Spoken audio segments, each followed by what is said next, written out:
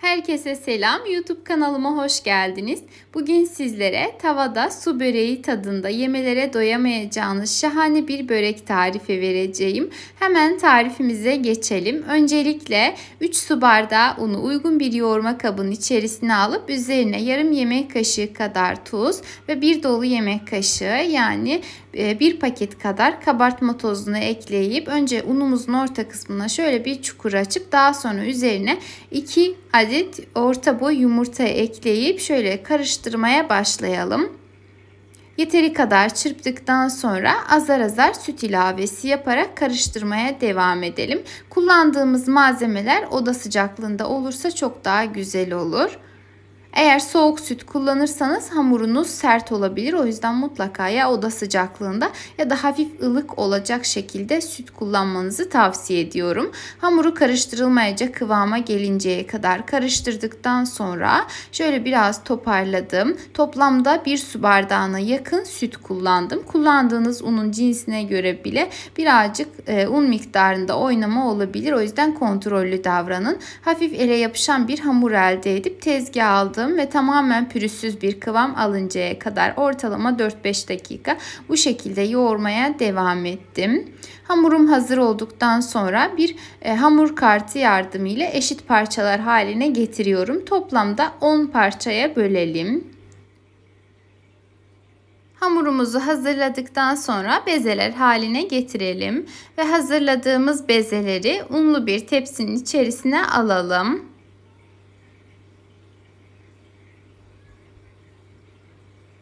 Üzerlerini örtüp en az 15-20 dakika kadar dinlenmeye alalım ki hamurlarımız birazcık yumuşasın ve kolay açılsınlar. Yeteri kadar dinlendirdikten sonra hamurlardan bir tanesini artık tezgaha alıp açmaya başlayalım. Bu aşamada açmak için ben 1 çay bardağı kadar buğday nişastasına 1 çay bardağı kadar un ekleyip karıştırdım ve bu karışımla hamurlarımı açtım.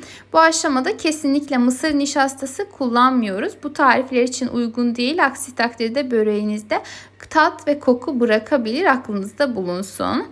Hamurumuzu açtıktan sonra tepsinin içerisine alıp üzerini tekrardan unlu karışımla güzelce kaplayalım. Ve geriye kalan hamurlarımızı da aynı şekilde açmaya devam edelim.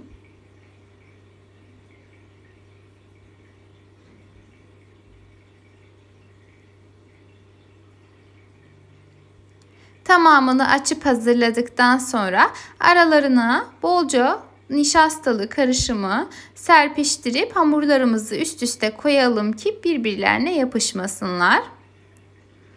Dilerseniz hamurlarınızı tek tek de açabilirsiniz. Bu yöntem bana çok pratik geldiği için bu şekilde yapmayı tercih ediyorum.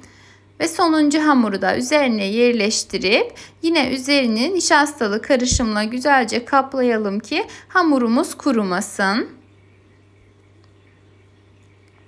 Ve hazır olan hamurlarımızı en az 45 dakika kadar dinlendirelim ki kolayca açılsınlar.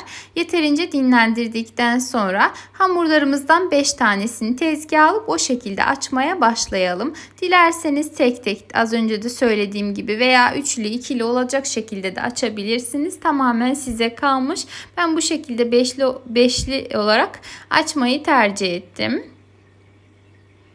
Öncelikle biraz merdane ile büyütüp daha sonrasında ise oklava ile açtım.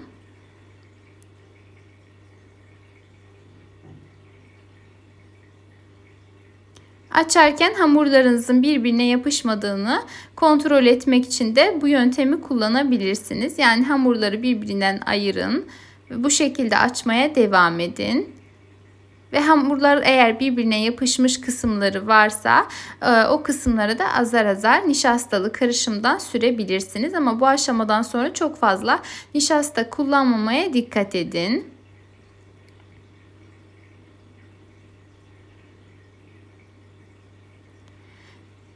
Bu yöntemi baklava açarken de kullanabilirsiniz. Çok pratik olacaktır.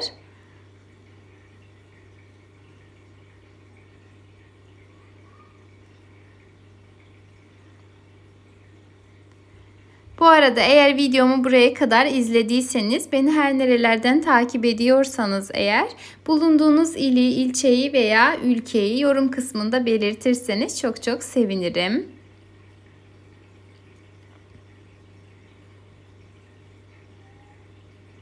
Ve hamurlarımızı açıp hazırladıktan sonra kullanacağımız tavayı üzerine yerleştirip tavanın boyutunda hamurumuzu keselim. Ben bunun için bir pizza ruleti kullandım. Dilerseniz normal bıçakla da kesebilirsiniz. Ve kenarlarını da kesip bu şekilde katlayalım. Daha sonrasında dizmesi pratik olsun diye bu şekilde yapıyorum.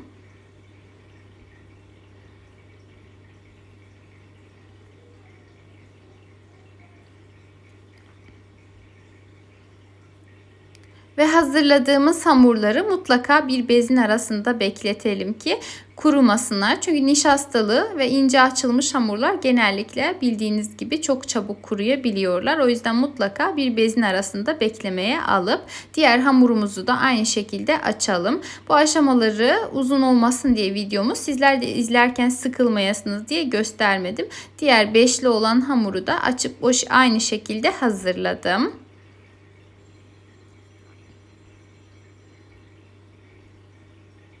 Şöyle gördüğünüz gibi katları gayet pratik bir şekilde açılıyor.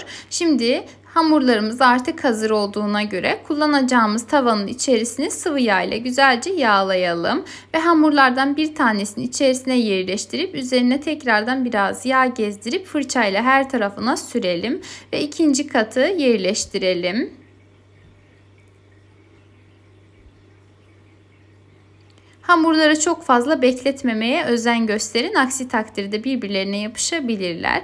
Ve çok fazla yağ sürmenize gerek yok. Sadece fırçayla hafif ıslatmanız yeterli.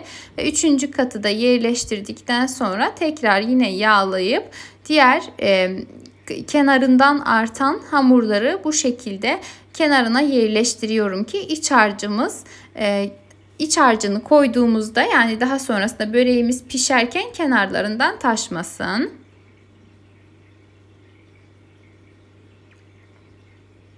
Güzel bir şekilde yerleştirdikten sonra üzerini yağladım.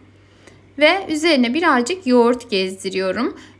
İç ara katları pişmesi için bu çok önemli. O yüzden mutlaka yoğurt sürmeyi unutmayın. Yoğurdu sadece çırparak kullandım. Ve bir kat daha ara katlardan, kenarlarından çıkan fazlalıkları üzerine döşeyip tekrardan yağlayıp ikinci katı yerleştirdikten sonra tekrardan yoğurt sürdüm.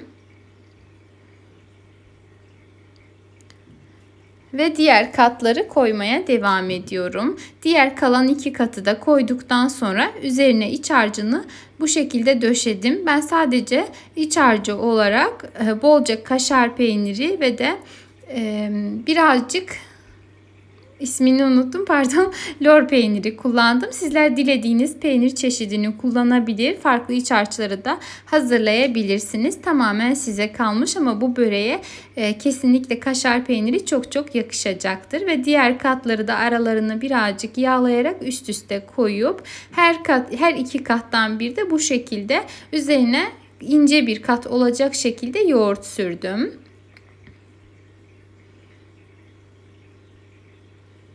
Katları yağlamayı unutmayalım. Çok detaylı bir şekilde gösterip sizleri izlerken sıkmak istemedim. O yüzden detaylıca göstermedim.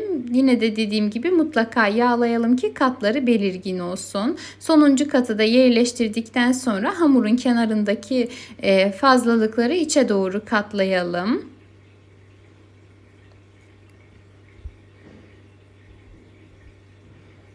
Güzelce katladıktan sonra üzerine birazcık sıvı yağ sürelim.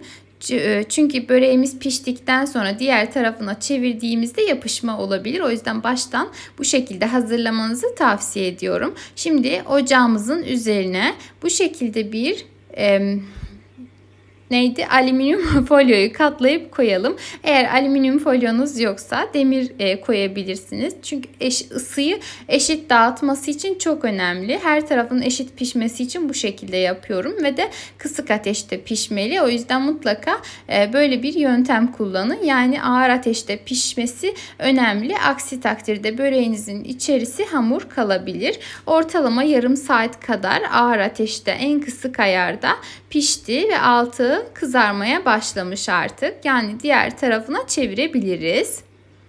Arasındaki yoğurt sayesinde hamurun katları daha da belirgin ve de su böreği efektini verdi. Sanki suda haşlayıp pişirmişsin gibi böreklerimizin yani hamurlarımızın katları belirgin ve de lezzetli oldu.